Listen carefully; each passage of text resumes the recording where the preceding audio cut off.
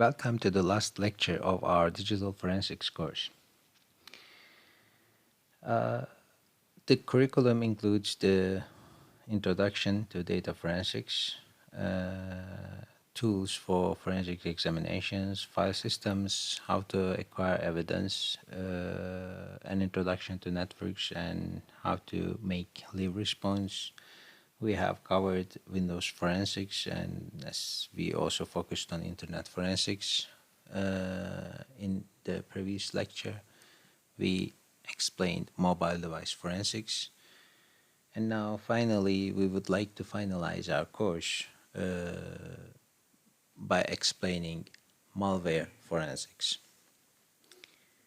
What is included in the malware forensics is the use case where you encounter an unknown file, so you don't know how to behave. You don't know if it is malware or if it is a legitimate software that you should keep in your computer. Actually, the idea is we are trying to understand the nature of an executable without running it, if possible. So we are actually trying to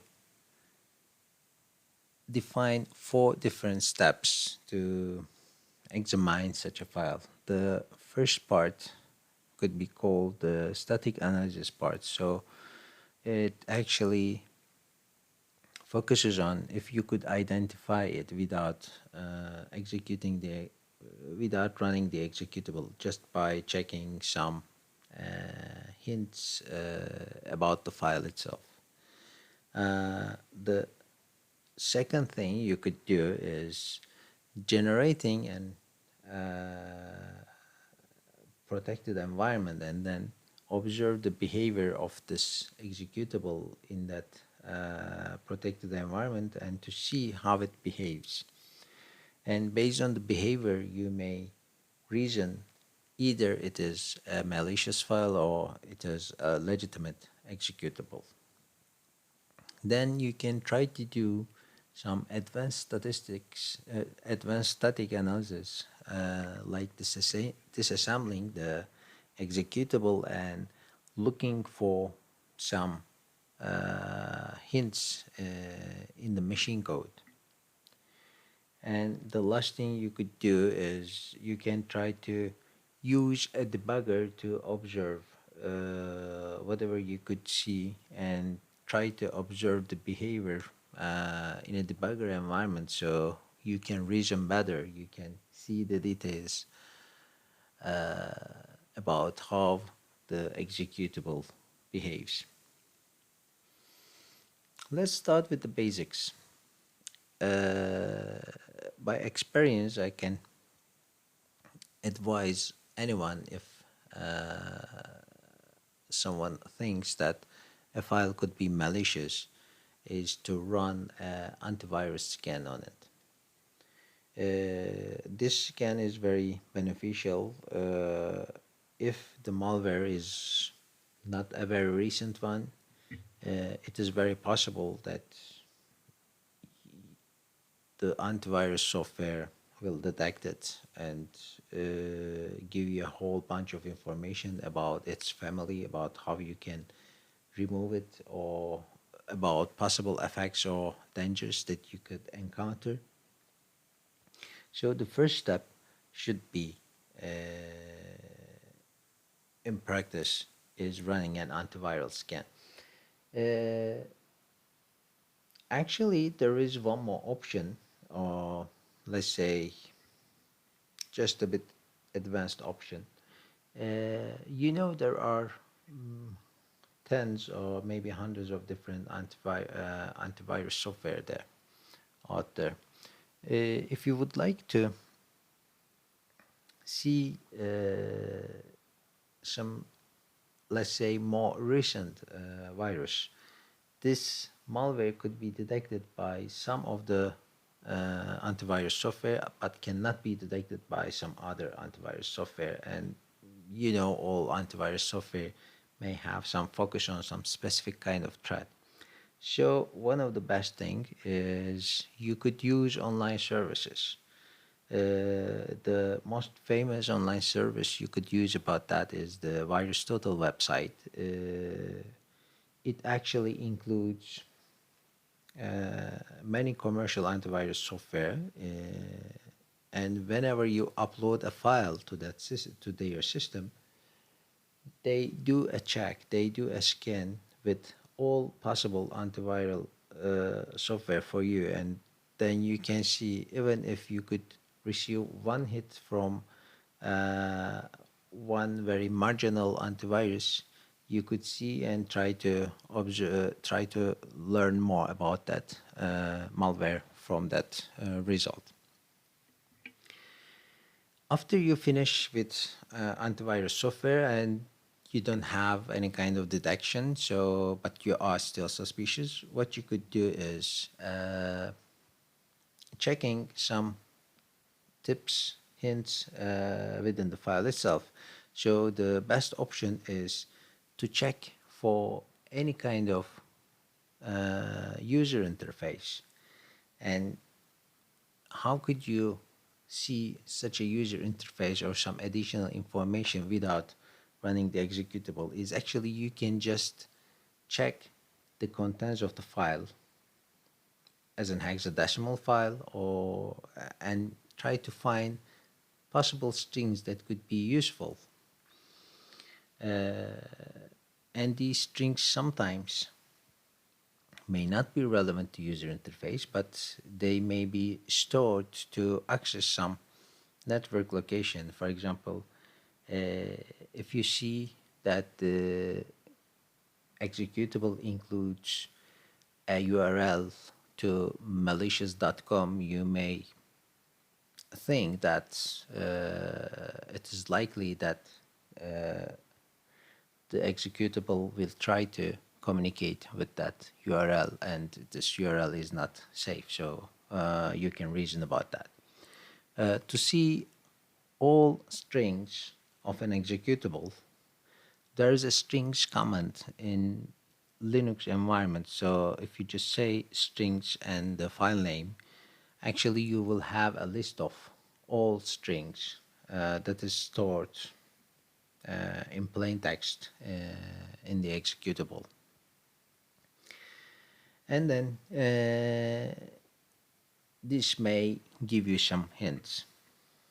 Then the next thing you could do is to check the entropy of the file.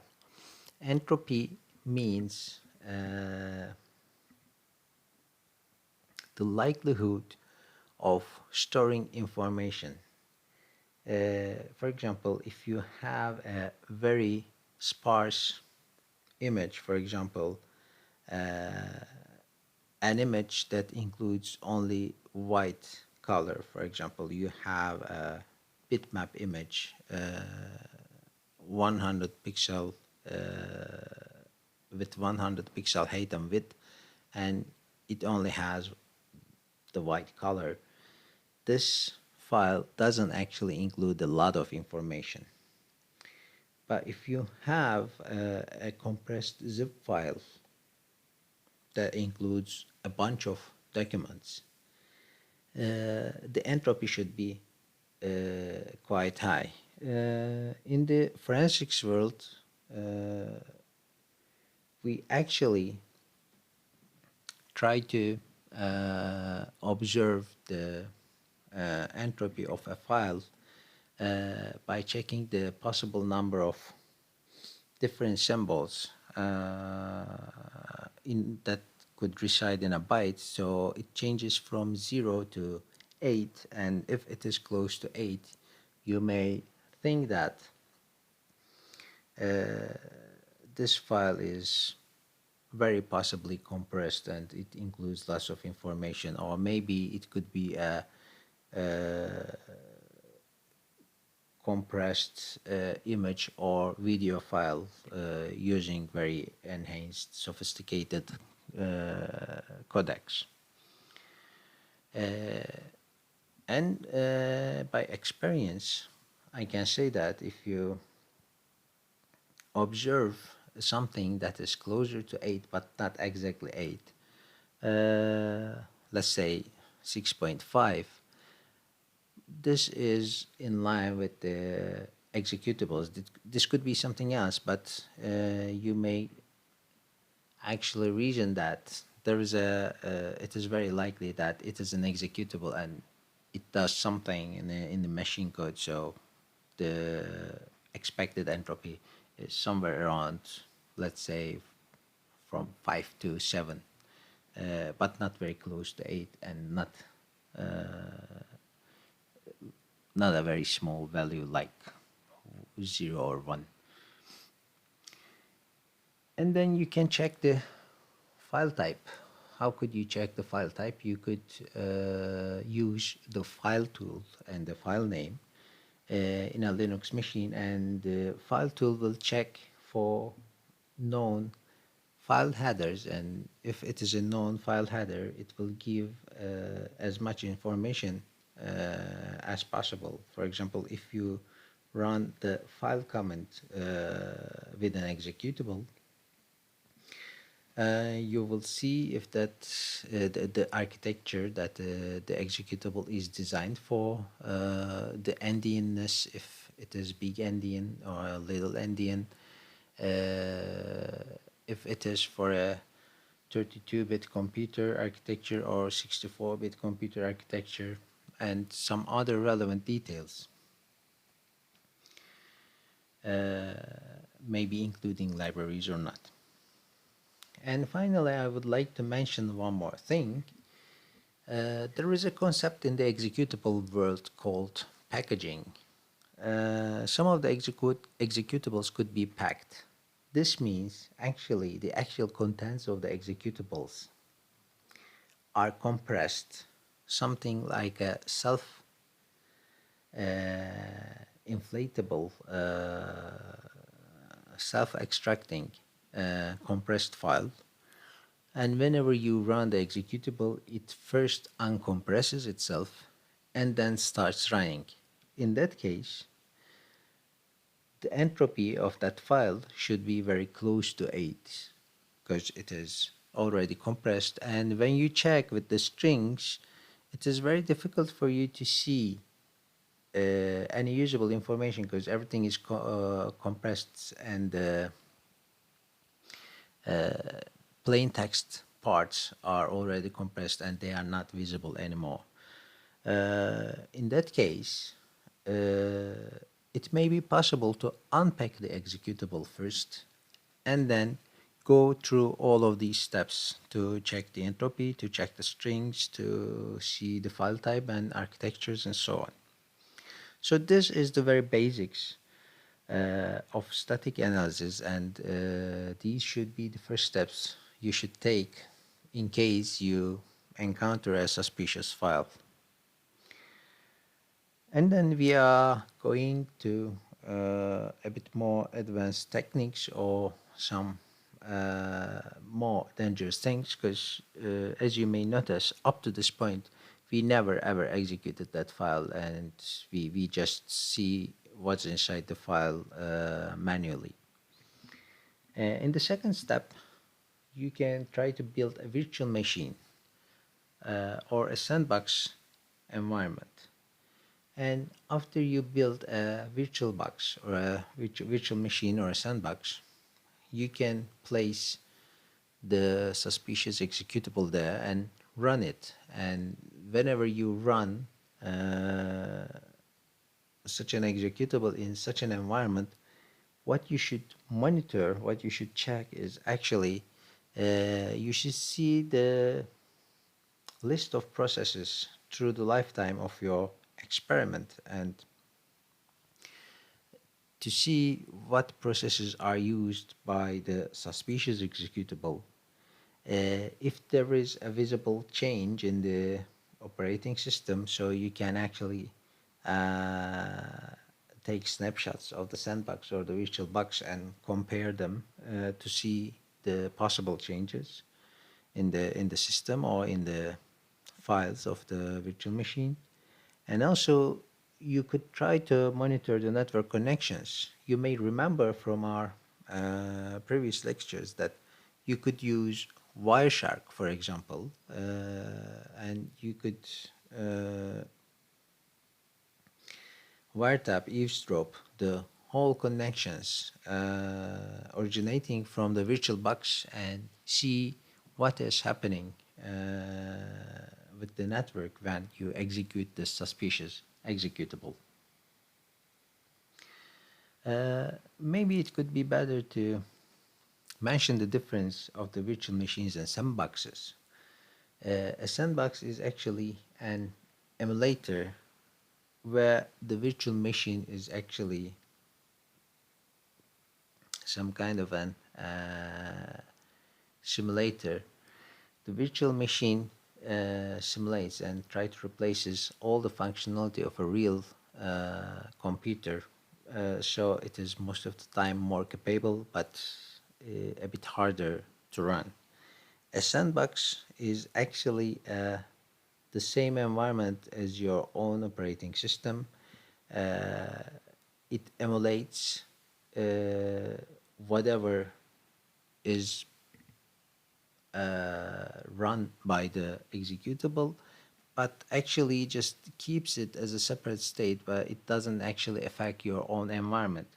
So it could be roughly said that sandboxes are something like lightweight virtual machines, and if you would like to ensure about the security of your system, it is better to build a virtual machine in an isolated operating system and observe the behavior of that suspicious executable there. And I would like to go to the details of the disassembling, not actually details, but I would like to mention some notes about disassembling. This is again static analysis. Again, you don't need to execute the suspicious executable, but you try to observe, you try to understand the inner workings of the executable better. So you disassemble it. Disassembling is actually, you could do this with a disassembler tool. And disassembler tools actually show you the structured machine code. You all know that all operations that could happen in a computer are first written by a programming language and then converted to the machine code. The machine code is the code that the computer could understand. And it has actually a very specific structure based on the computer architecture, based on the CPU, based on the memory characteristics of your computer. And disassembling is the activity of finding relevant structured parts of the machine codes to make it a bit more human readable. It is not the exact machine code, it is very close to machine code, but it is more structured for humans to understand. If you disassemble the code, what you can do is you can check the architecture that the executable is designed for. You can check the opcodes. Opcodes are the minimum possible commands you can send to a CPU. This is not an operating system command, but this is a command that is run directly on the CPU, and each specific CPU has a set of operation codes, and you would like to get familiar with operational codes, opcodes, and try to understand what each opcode does. Then again, there is the internal structure of the CPU. In the internals of the CPU, each CPU runs with a register, with a bunch of registers. These registers sometimes store the data the CPU is currently working on, or the addresses these data is stored at, and so on. And also, the CPU has specific registers. These are called flags. For example, whenever you multiply two negative numbers to learn the signature of the resulting value, if it is either positive or negative, the CPU itself should go and check a flag. If a flag is raised, it could mean that the multiplication has a negative result, otherwise it has a positive result. If some kind of calculation has some specific meaning, these meanings, or these very important meanings like being equal to 0 or so, these things are also mentioned in the flags. So it is better to check which flags are set at what point, at which point of the machine code, and to understand what's going on in the program itself. There will be arithmetic operations like adding and multiplying, but these operations may behave differently than the regular arithmetic courses we do in the elementary school based on the CPU structures. So it is better to get used to these arithmetic operations if you would like to disassemble some malware. And finally, all modern CPUs could use a stack during their calculations. Stacks are structures that are very useful. These are data structures that are very usable, making functional recursive calculations. And these stack layouts could be different from one CPU to another CPU. So it is better to understand the stack layout of the given architecture. And finally, if you would like to make advanced dynamic analysis, there is a chance that you may try to do debugging, as if you are programming it from the programming this executable yourself. You could use development tools named debuggers, and these debuggers could show the internals of the program, and you can run instruction by instruction and observe the behavior at the same time. This may not be possible all the time with all the executables, because for disassembling or for debugging, you may require additional data, but at least you can check the machine code step by step and try to understand what the executable does. This is the end of our lecture, and also this is the end of our course. I would like to thank everyone for joining and listening this course. I would like to see you in another course. Goodbye.